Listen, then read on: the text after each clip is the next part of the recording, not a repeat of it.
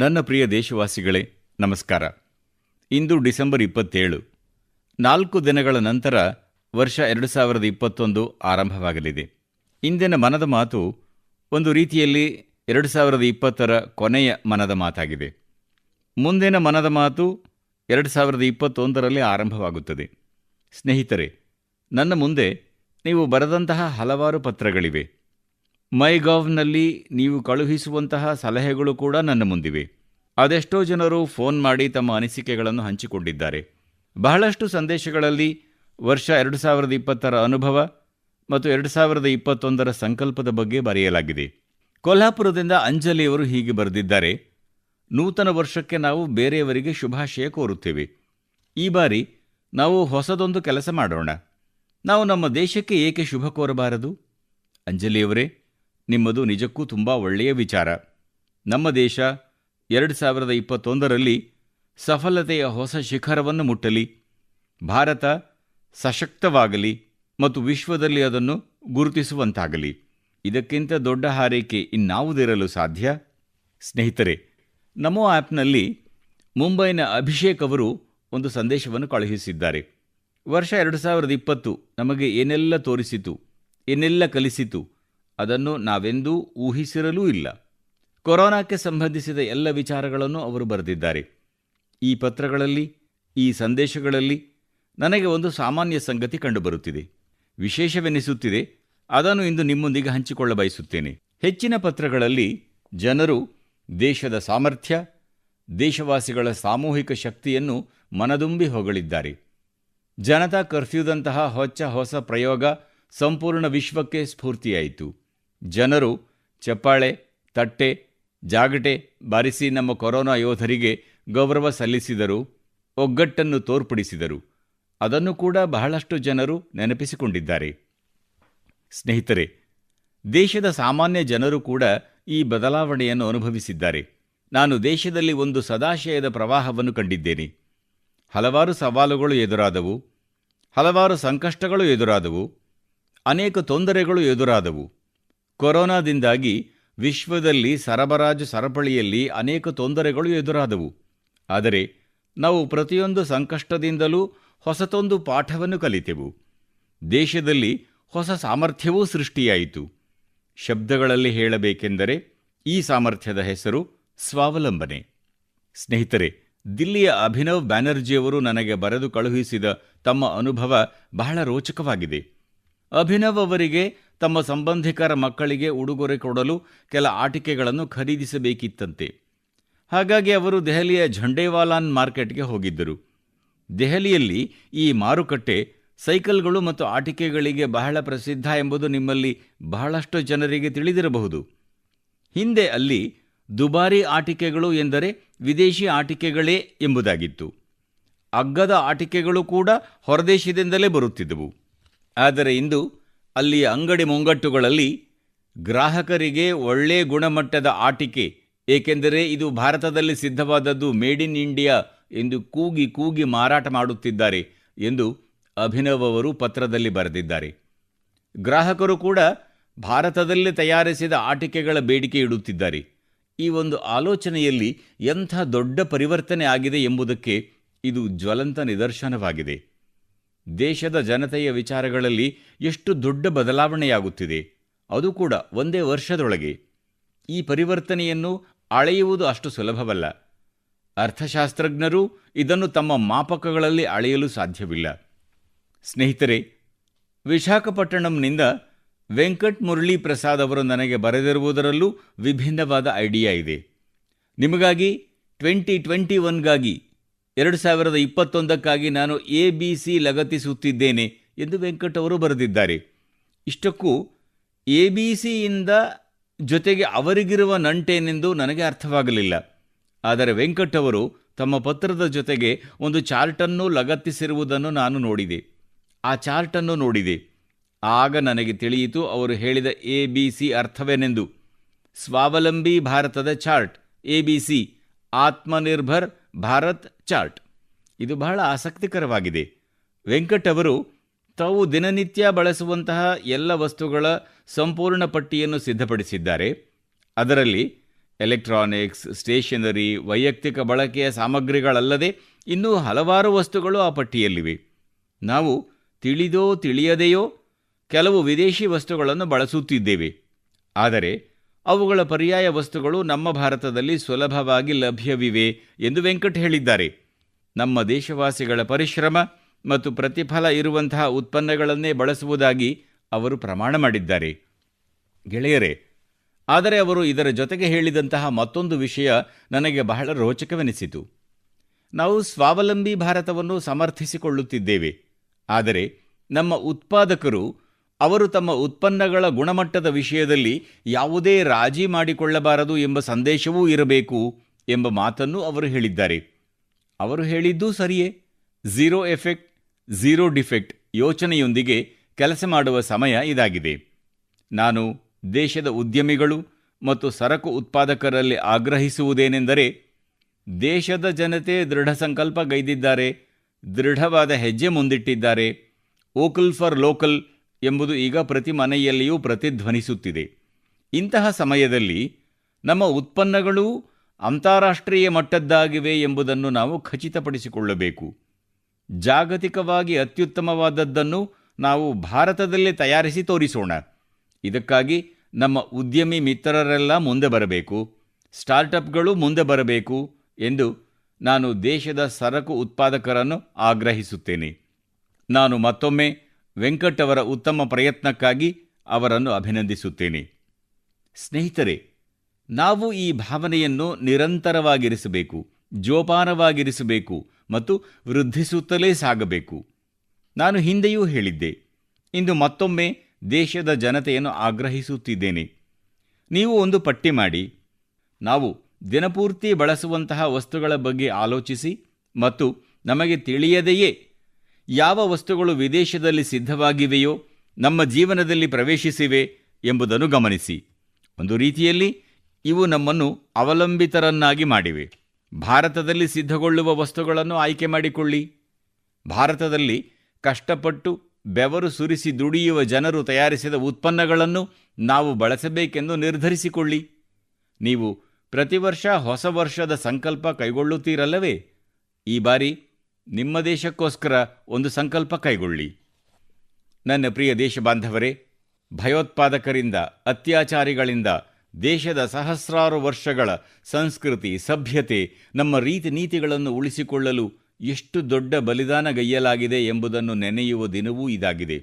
ಇಂದಿನ ದಿನವೇ ಗುರು ಗೋವಿಂದರ ಪುತ್ರರು ಸಾಹಿಬ್ಜಾದೆ, ಜೋರಾವರ್ ಸಿಂಗ್ ಮತ್ತು ಫತೇಹ್ ಸಿಂಗ್ ಅವರನ್ನು ಗೋಡೆಯಲ್ಲಿ ಜೀವಂತ ಸಮಾಧಿ ಮಾಡಲಾಗಿತ್ತು. ಸಾಹಿಬ್ಜಾದೆ ತಮ್ಮ ನಂಬಿಕೆಯನ್ನು ಬಿಟ್ಟುಬಿಡಲಿ, ಮಹಾನ್ ಗುರುಪರಂಪರೆಯ ಕಲಿಕೆಯನ್ನು ಬಿಟ್ಟುಬಿಡಲಿ ಎಂದು ದುಷ್ಕರ್ಮಿಗಳು ಬಯಸಿದ್ದರು. ಆದರೆ ನಮ್ಮ ಸಾಹಿಬ್ಜಾದೆಯವರು ಇಂಥ ಪುಟ್ಟ ವಯಸ್ಸಿನಲ್ಲೂ ಅದ್ಭುತವಾದ ಸಾಹಸವನ್ನು ತೋರಿದರು, ಇಚ್ಛಾಶಕ್ತಿಯನ್ನು ತೋರಿದರು. ಗೋಡೆಯಲ್ಲಿ ಸಮಾಧಿ ಮಾಡುತ್ತಿರುವಾಗ ಕಲ್ಲುಗಳನ್ನು ಜೋಡಿಸಲಾಗುತ್ತಿತ್ತು. ಗೋಡೆ ಎತ್ತರಕ್ಕೆ ಏರುತ್ತಿತ್ತು. ಆದರೂ ಅವರು ಧೃತಿಗೆಡಲಿಲ್ಲ. ಇಂದಿನ ದಿನವೇ ಗುರು ಗೋವಿಂದರ ತಾಯಿ ಮಾತಾ ಗುಜರಿಯವರೂ ದೈವಾಧೀನರಾದರು. ಸುಮಾರು 1 ವಾರದ ಹಿಂದೆ ಶ್ರೀ ಗುರು ತೇಗ್ ಬಹಾದೂರ್ ಅವರ ಬಲಿದಾನದ ದಿನ ಇತ್ತು. ಇಲ್ಲಿ ದೆಹಲಿಯಲ್ಲಿ ರಕಾಬ್ಗಂಜ್ ಗುರುದ್ವಾರಕ್ಕೆ ತೆರಳಿ ಗುರು ತೇಗ್ ಬಹಾದೂರ್ ಅವರಿಗೆ ಶ್ರದ್ಧಾ ಸಮರ್ಪಣೆ ಸಲ್ಲಿಸುವ ಮತ್ತು ನಮಿಸುವ ಅವಕಾಶ ದೊರೆಯಿತು. ಇದೇ ತಿಂಗಳು ಶ್ರೀ ಗುರು ಗೋವಿಂದ್ ಸಿಂಗ್ ಜಿ ಅವರಿಂದ ಪ್ರೇರಿತರಾದ ಅನೇಕರು ನೆಲದ ಮೇಲೆ ಮಲಗುತ್ತಾರೆ. ಜನ ಶ್ರೀ ಗುರು ಗೋವಿಂದ್ ಸಿಂಗ್ ಜಿ ಅವರ ಕುಟುಂಬದವರ ಈ ಬಲಿದಾನವನ್ನು ಬಹಳ ಭಾವನಾತ್ಮಕವಾಗಿ ನೆನೆಯುತ್ತಾರೆ. ಈ ತ್ಯಾಗ ಇಡೀ ಮಾನವತೆಗೆ, ದೇಶಕ್ಕೆ ಹೊಸ ಪಾಠವನ್ನು ಕಲಿಸಿದೆ. ಈ ಬಲಿದಾನ ನಮ್ಮ ನಾಗರಿಕತೆಯನ್ನು ಸುರಕ್ಷಿತವಾಗಿಡುವ ಮಹಾನ್ ಕೆಲಸವನ್ನು ಮಾಡಿದೆ. ಈ ತ್ಯಾಗ ಬಲಿದಾನಕ್ಕೆ ನಾವೆಲ್ಲ ಋಣಿಯಾಗಿದ್ದೇವೆ. ನಾನು ಮತ್ತೊಮ್ಮೆ ಶ್ರೀ ಗುರು ತೇಗ್ ಬಹಾದೂರ್ ಜಿ, ಮಾತೆ ಗುಜರಿ ಜಿ, ಗುರು ಗೋವಿಂದ್ ಸಿಂಗ್ ಜಿ ಮತ್ತು 4 ಸಾಹಿಬ್ಜಾದೆಗಳಿಗೆ ನನ್ನ ನಮನ ಸಲ್ಲಿಸುತ್ತೇನೆ. ಹೀಗೆಯೇ ಬಹಳಷ್ಟು ಜನ ಹುತಾತ್ಮರು ಇಂದಿನ ಭಾರತದ ಸ್ವರೂಪವನ್ನು ಸಂರಕ್ಷಿಸಿದ್ದಾರೆ, ಉಳಿಸಿಕೊಂಡು ಬಂದಿದ್ದಾರೆ. ನನ್ನ ಪ್ರಿಯ ದೇಶಬಾಂಧವರೇ, ಈಗ ನಾನು ನಿಮಗೆ ಸಂತೋಷ ತರುವ ಮತ್ತು ಹೆಮ್ಮೆಯಾಗುವಂತಹ ಒಂದು ವಿಷಯವನ್ನು ಹೇಳಲಿದ್ದೇನೆ.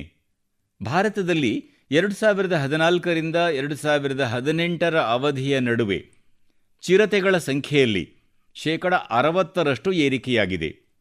2014ರಲ್ಲಿ ನಮ್ಮ ದೇಶದಲ್ಲಿ ಚಿರತೆಗಳ ಸಂಖ್ಯೆ ಸುಮಾರು 7,900 ಆಗಿತ್ತು. ಆದರೆ 2019ರಲ್ಲಿ ಅವುಗಳ ಸಂಖ್ಯೆ 12,852ಕ್ಕೆ ತಲುಪಿದೆ. ಯಾವ ಜನರು ಚಿರತೆಗಳು ಪ್ರಕೃತಿಯಲ್ಲಿ ಆನಂದವಾಗಿ ವಿಹರಿಸುವುದನ್ನು ನೋಡಿಲ್ಲವೋ ಅವರು ಅವುಗಳ ಸೌಂದರ್ಯವನ್ನು ಕಲ್ಪಿಸಿಕೊಳ್ಳಲೂ ಸಾಧ್ಯವಿಲ್ಲ ಎಂದು ಜಿಮ್ ಕಾರ್ಬೆಟ್ ಹೇಳಿದಂತಹ ಆ ಚಿರತೆಗಳು ಇವೇ ಆಗಿವೆ. ಅವುಗಳಿಗಿರುವ ಬಣ್ಣಗಳ ಸೌಂದರ್ಯ, ಅವುಗಳ ಮೋಹಕ ನಡಿಗೆಯನ್ನು ಊಹಿಸಲೂ ಸಾಧ್ಯವಿಲ್ಲ. ದೇಶದ ಅನೇಕ ರಾಜ್ಯಗಳಲ್ಲಿ, ಅದರಲ್ಲೂ ವಿಶೇಷವಾಗಿ ಮಧ್ಯ ಭಾರತದಲ್ಲಿ ಚಿರತೆಗಳ ಸಂಖ್ಯೆಯಲ್ಲಿ ಏರಿಕೆಯಾಗಿದೆ.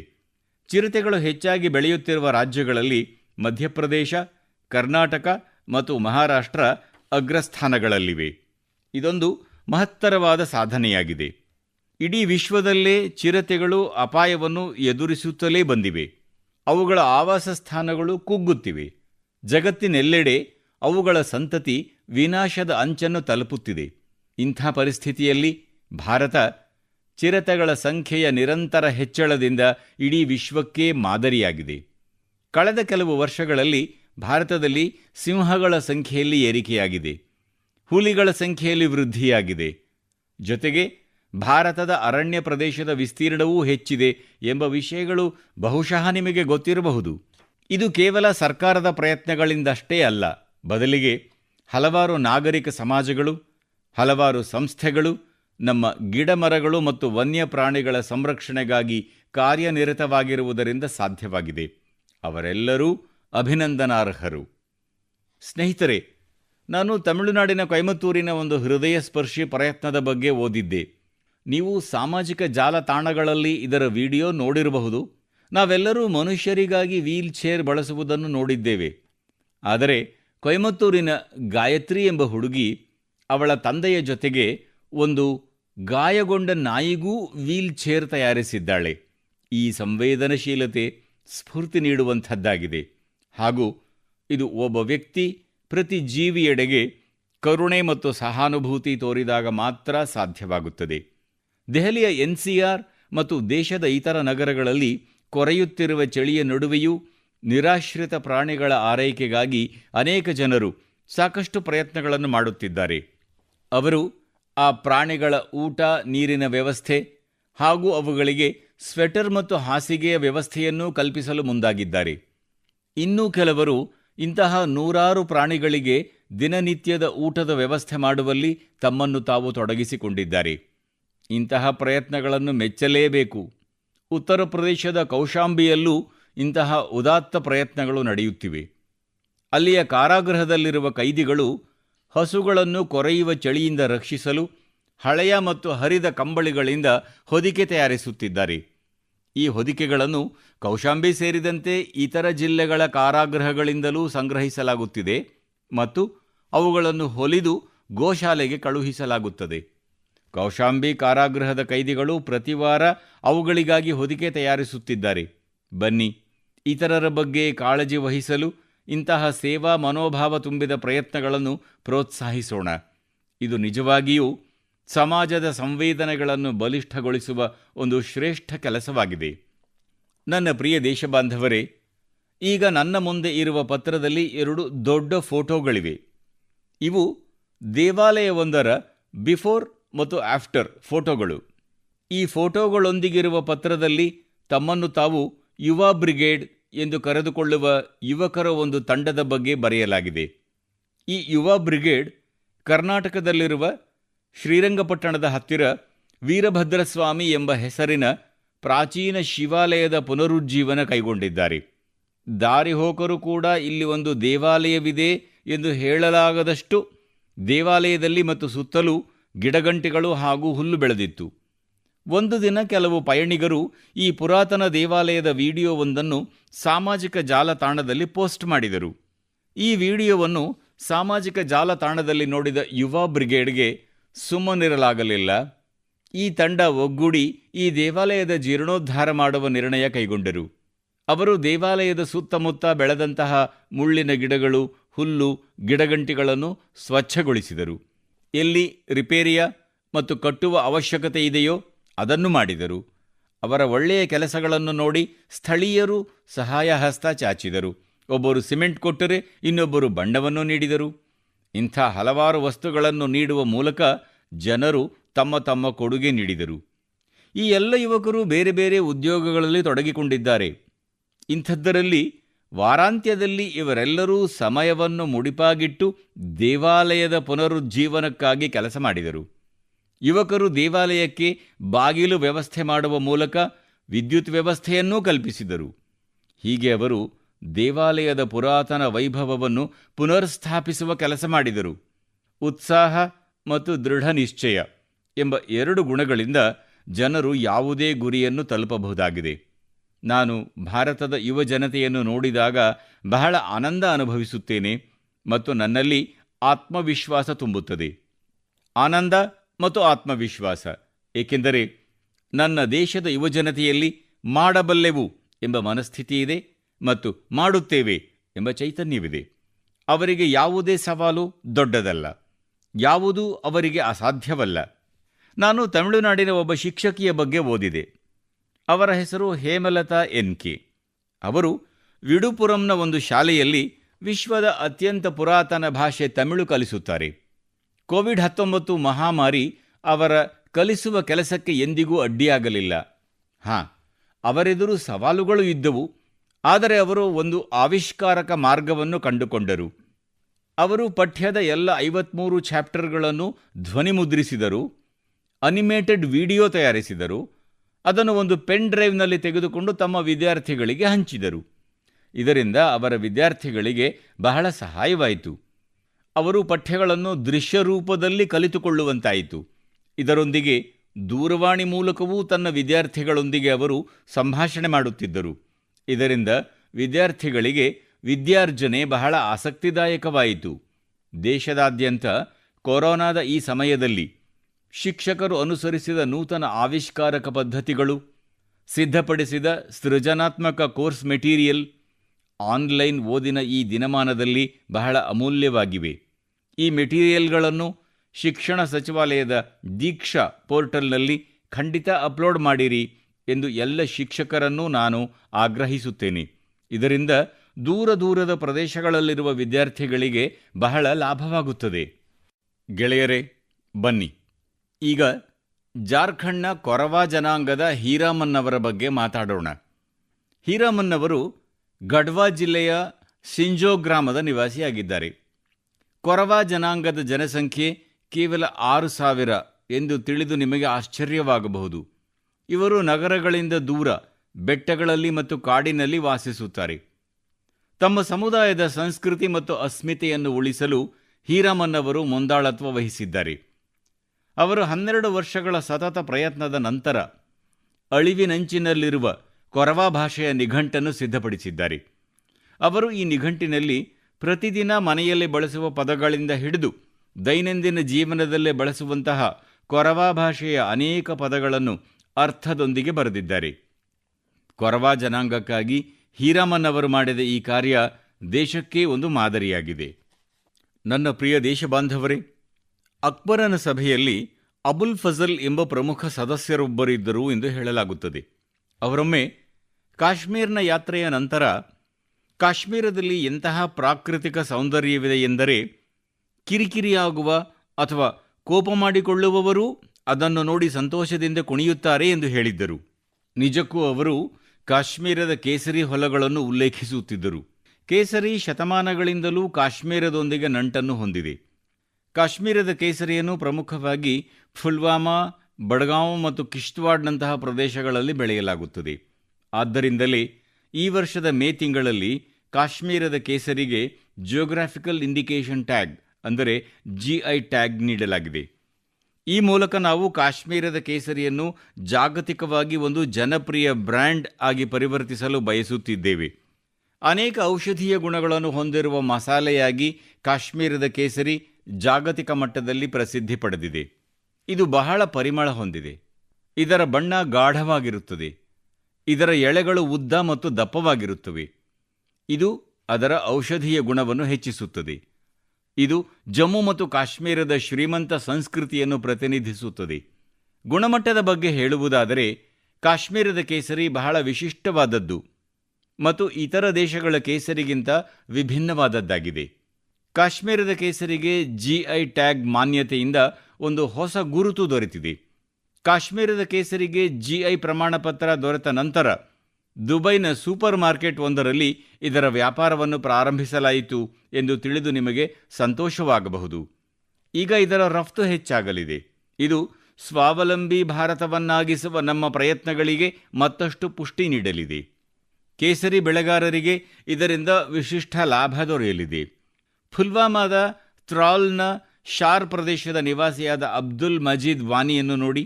ಅವರು ಜಿಐ ಟ್ಯಾಗ್ ಪಡೆದ ತಮ್ಮ ಕೇಸರಿಯನ್ನು ರಾಷ್ಟ್ರೀಯ ಸೇಫ್ರೋನ್ ಮಿಷನ್ ಸಹಾಯದಿಂದ ಪಂಪೋರ್ ವ್ಯಾಪಾರ ಕೇಂದ್ರದಲ್ಲಿ ಟ್ರೇಡಿಂಗ್ ಮೂಲಕ ಮಾರಾಟ ಮಾಡುತ್ತಿದ್ದಾರೆ. ಇವರಂತೆಯೇ ಅನೇಕರು ಕಾಶ್ಮೀರದಲ್ಲಿ ಈ ಕೆಲಸವನ್ನು ಮಾಡುತ್ತಿದ್ದಾರೆ.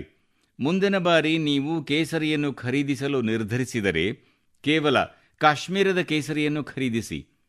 ಕಾಶ್ಮೀರದ ಜನರಲ್ಲಿ ಎಷ್ಟು ಹುಮ್ಮಸ್ಸು ಇದೆಯೆಂದರೆ ಅಲ್ಲಿಯ ಕೇಸರಿಯ ಸ್ವಾದವೇ ವಿಭಿನ್ನವಾಗಿರುತ್ತದೆ. ನನ್ನ ಪ್ರಿಯ ದೇಶಬಾಂಧವರೇ, ಈಗ 2 ದಿನಗಳ ಹಿಂದೆಯಷ್ಟೇ ಗೀತಾ ಜಯಂತಿ ಇತ್ತು. ಭಗವದ್ಗೀತೆ ಜೀವನದ ಎಲ್ಲ ಸಂದರ್ಭಗಳಲ್ಲೂ ಪ್ರೇರಣೆ ನೀಡುತ್ತದೆ.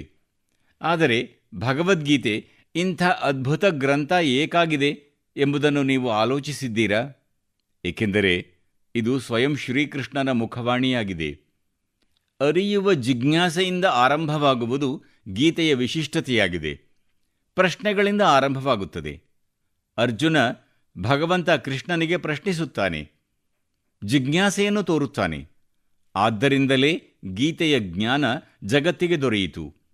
ಗೀತೆಯಂತೆಯೇ ನಮ್ಮ ಸಂಸ್ಕೃತಿಯಲ್ಲಿ ಎಷ್ಟೆಲ್ಲ ಜ್ಞಾನವಿದೆಯೋ ಎಲ್ಲವೂ ಜಿಜ್ಞಾಸೆಯಿಂದಲೇ ಆರಂಭವಾಗುತ್ತದೆ. ವೇದಾಂತದಲ್ಲಿ ಮೊದಲ ಮಂತ್ರವೇ ಅಥಾತೋ ಬ್ರಹ್ಮಂ ಜಿಜ್ಞಾಸ ಎಂಬುದಾಗಿದೆ. ಇದರರ್ಥ, ಬನ್ನಿ ನಾವು ಬ್ರಹ್ಮನನ್ನು ಅರಿಯುವ ಕುತೂಹಲ ತೋರಿಸೋಣ. ಆದ್ದರಿಂದಲೇ ನಮ್ಮಲ್ಲಿ ಬ್ರಹ್ಮಾನ್ವೇಷಣೆಯ ಮಾತನ್ನು ಹೇಳಲಾಗಿದೆ. ಜಿಜ್ಞಾಸೆಯ ಶಕ್ತಿಯೇ ಅಂಥದ್ದು. ಜಿಜ್ಞಾಸೆ ನಿಮ್ಮನ್ನು ಸದಾ ಹೊಸತರತ್ತ ಪ್ರೇರೇಪಿಸುತ್ತದೆ. ನಮ್ಮಲ್ಲಿ ಜಿಜ್ಞಾಸೆ ಇದೆಯೆಂದೇ ನಾವು ಬಾಲ್ಯದಲ್ಲಿ ಕಲಿಯುತ್ತೇವೆ. ಅಂದರೆ ಅರಿಯುವ ಹಂಬಲ ಇರುವವರಿಗೆ ಜೀವನವಿದೆ. ಜಿಜ್ಞಾಸೆ ಇರುವವರೆಗೆ ಹೊಸತನ್ನು ಕಲಿಯುವ ಕ್ರಮ ಮುಂದುವರಿಯುತ್ತದೆ. ಇದಕ್ಕೆ ವಯಸ್ಸು, ಪರಿಸ್ಥಿತಿ ಎಂಬುದು ಅಪ್ರಸ್ತುತ. ಜಿಜ್ಞಾಸೆಯ ಇಂಥದೇ ಒಂದು ಶಕ್ತಿ ತಮಿಳುನಾಡಿನ ಹಿರಿಯರಾದ ಶ್ರೀ ಟಿ ಶ್ರೀನಿವಾಸಾಚಾರ್ಯ ಸ್ವಾಮಿಗಳ ಬಗ್ಗೆ ನನಗೆ ಗೊತ್ತಾಯಿತು. ಶ್ರೀ ಟಿ ಶ್ರೀನಿವಾಸಾಚಾರ್ಯ ಸ್ವಾಮಿಯವರಿಗೆ 92 ವರ್ಷ ವಯಸ್ಸು. ಈ ವಯಸ್ಸಲ್ಲೂ ಅವರು ಕಂಪ್ಯೂಟರ್ನಲ್ಲಿ ಪುಸ್ತಕವೊಂದನ್ನು ಬರೆಯುತ್ತಿದ್ದಾರೆ. ಅದು ಸ್ವತಃ ಟೈಪ್ ಮಾಡ್ತಾ ಇದ್ದಾರೆ. ಪುಸ್ತಕ ಬರೆಯುವುದೇನೋ ಸರಿ, ಆದರೆ ಶ್ರೀನಿವಾಸಾಚಾರ್ಯ ಅವರ ಸಮಯದಲ್ಲಿ ಕಂಪ್ಯೂಟರ್ ಇರಲು ಸಾಧ್ಯವೇ ಇರಲಿಕ್ಕಿಲ್ಲ ಎಂದು ನೀವು ಆಲೋಚಿಸುತ್ತಿರಬಹುದು. ಅಂದಮೇಲೆ ಅವರು ಕಂಪ್ಯೂಟರ್ ಯಾವಾಗ ಕಲಿತರು? ಅವರು ಕಾಲೇಜು ಓದುವಾಗ ಕಂಪ್ಯೂಟರ್ ಇರಲಿಲ್ಲ ಎಂಬುದು ನಿಜ. ಆದರೆ ಅವರ ಯೌವನದಲ್ಲಿದ್ದಷ್ಟೇ ಜಿಜ್ಞಾಸೆ ಮತ್ತು ಆತ್ಮವಿಶ್ವಾಸ ಇಂದಿಗೂ ಅವರಲ್ಲಿದೆ. ಶ್ರೀನಿವಾಸಾಚಾರ್ಯ ಸ್ವಾಮಿಯವರು ಸಂಸ್ಕೃತ ಮತ್ತು ತಮಿಳು ಭಾಷೆಯ ವಿದ್ವಾಂಸರಾಗಿದ್ದಾರೆ.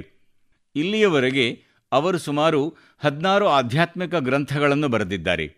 ಆದರೆ ಕಂಪ್ಯೂಟರ್ ಬಂದ ಮೇಲೆ ಈಗ ಪುಸ್ತಕಗಳನ್ನು ಬರೆಯುವ ಮತ್ತು ಮುದ್ರಿಸುವ ರೀತಿ ಬದಲಾಗಿದೆ ಎಂದು ಅವರಿಗೆ ಅನ್ನಿಸಿದ ಮೇಲೆ ಅವರು 86ನೇ ವಯಸ್ಸಿನಲ್ಲಿ ಕಂಪ್ಯೂಟರ್ ಕಲಿತರು. ತಮಗೆ ಬೇಕಾದ ಅವಶ್ಯಕ ಸಾಫ್ಟ್ವೇರ್ಗಳನ್ನು ಕಲಿತರು. ಈಗ ಅವರು ತಮ್ಮ ಪುಸ್ತಕಗಳನ್ನು ಪೂರ್ಣಗೊಳಿಸುತ್ತಿದ್ದಾರೆ. ಸ್ನೇಹಿತರೆ, ಜೀವನದಲ್ಲಿ ಎಲ್ಲಿಯವರೆಗೆ ಜಿಜ್ಞಾಸೆ ಜಾಗೃತವಾಗಿರುತ್ತದೆಯೋ, ಕಲಿಯಬೇಕೆಂಬ ಬಯಕೆ ಜೀವಂತವಾಗಿರುತ್ತದೆಯೋ, ಅಲ್ಲಿಯವರೆಗೆ ಜೀವನ ಉತ್ತೇಜಿತವಾಗಿರುತ್ತದೆ ಎಂಬುದಕ್ಕೆ ಶ್ರೀ ಟಿ ಶ್ರೀನಿವಾಸಾಚಾರ್ಯ ಸ್ವಾಮಿಯವರ ಜೀವನ ಪ್ರತ್ಯಕ್ಷ ಸಾಕ್ಷಿಯಾಗಿದೆ. ಆದ್ದರಿಂದ ನಾವು ಹಿಂದೆ ಉಳಿದು ಬಿಟ್ಟೆವು, ತಪ್ಪು ಮಾಡಿದೆವು, ಬಹುಶಃ ನಾವು ಇದನ್ನು ಕಲಿಯಬಹುದಿತ್ತು ಎಂದು ಯಾವತ್ತೂ ಯೋಚಿಸಬಾರದು. ನಾವು ಕಲಿಯಲಾಗುವುದಿಲ್ಲ, ಮುಂದುವರಿಯಲಾಗುವುದಿಲ್ಲ ಎಂದು ಕೂಡ ನಾವು ಯೋಚಿಸಬಾರದು. ನನ್ನ ಪ್ರಿಯ ದೇಶಬಾಂಧವರೇ, ಈಗ ನಾವು ಜಿಜ್ಞಾಸೆಯಿಂದ ಹೊಸತನ್ನು ಕಲಿಯುವ ಮತ್ತು ಹೊಸತನ್ನೇನಾದರೂ ಮಾಡುವ ಕುರಿತು ಮಾತನಾಡುತ್ತಿದ್ದೆವು. ಹೊಸ ವರ್ಷಕ್ಕೆ ಹೊಸ ಸಂಕಲ್ಪದ ಬಗ್ಗೆಯೂ ಮಾತನಾಡುತ್ತಿದ್ದೆವು. ಆದರೆ ಕೆಲ ಜನರು ನಿರಂತರ ಹೊಸತು ಏನನ್ನಾದರೂ ಮಾಡುತ್ತಲೇ ಇರುವವರು ಇರುತ್ತಾರೆ. ಹೊಸ ಹೊಸ ಸಂಕಲ್ಪಗಳನ್ನು ಪೂರೈಸುತ್ತಲೇ ಇರುತ್ತಾರೆ.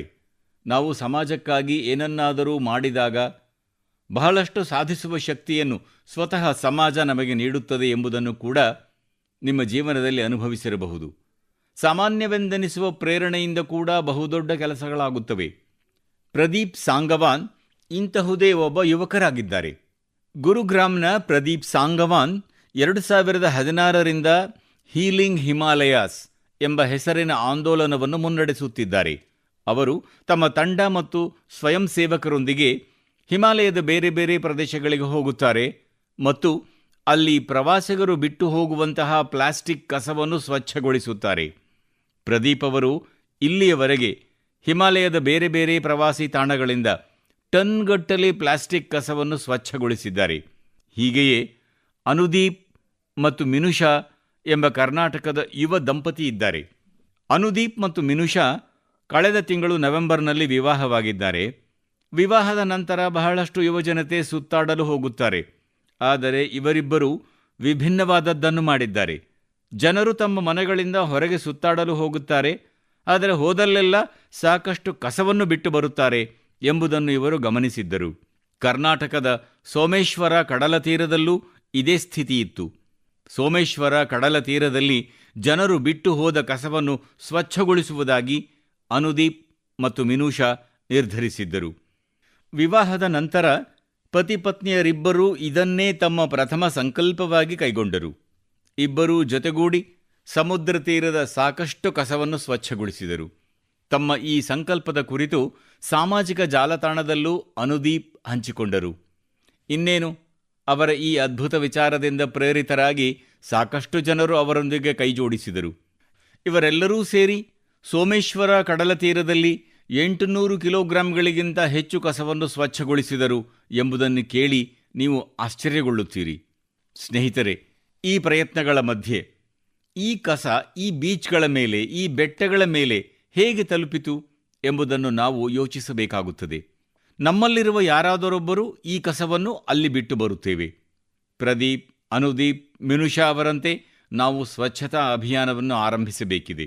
ಆದರೆ ಅದಕ್ಕೂ ಮುಂಚೆ ನಾವು ಕಸವನ್ನು ಹರಡುವುದಿಲ್ಲ ಎಂದು ಸಂಕಲ್ಪಗೈಯಬೇಕಿದೆ. ಏಕೆಂದರೆ ಸ್ವಚ್ಛ ಭಾರತದ ಆಂದೋಲನದ ಸಂಕಲ್ಪವೂ ಇದೇ ಆಗಿತ್ತು.